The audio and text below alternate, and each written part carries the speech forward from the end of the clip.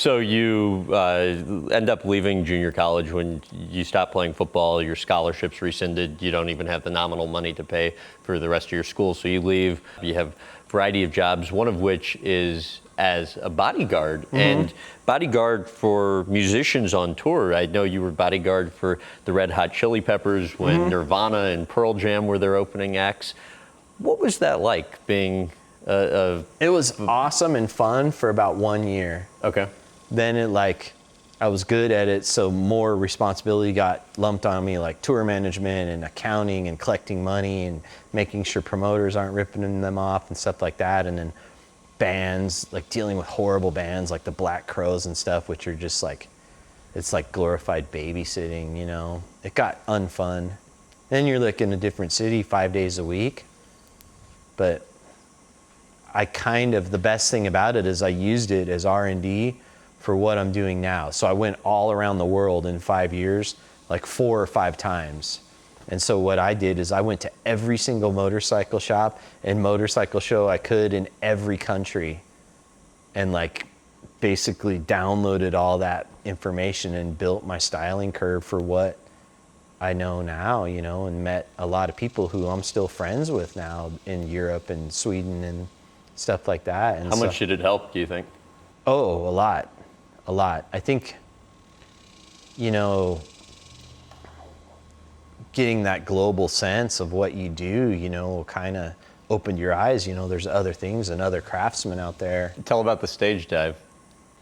I was during White Zombie, like we were like having contests with me and some other guys to see who could stage dive, and like I jumped and the crowd like parted like the Red Sea, and I landed like with my arm in front of me, dislocated my elbow.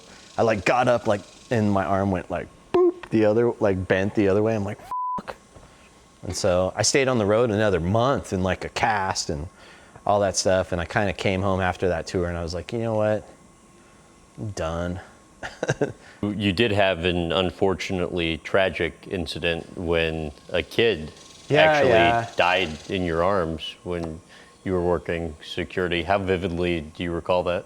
It was a St. Petersburg or Orlando, like kid was like crowd surfing and stuff. And how old was he? He was probably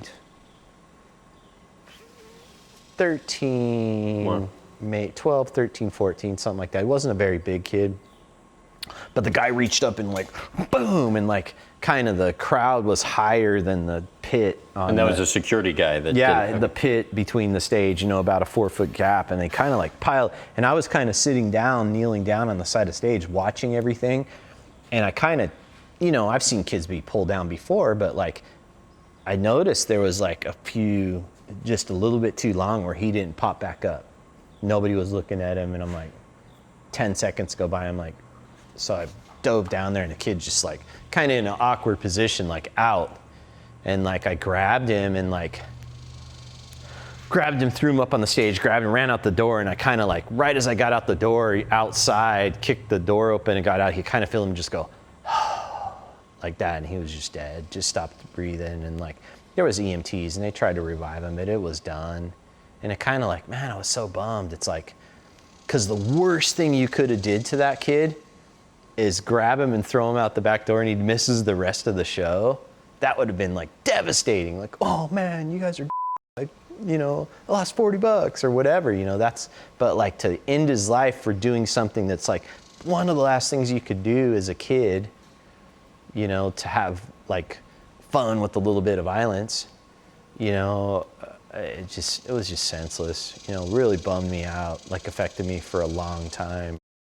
For more clips from this interview, visit GrahamBensinger.com.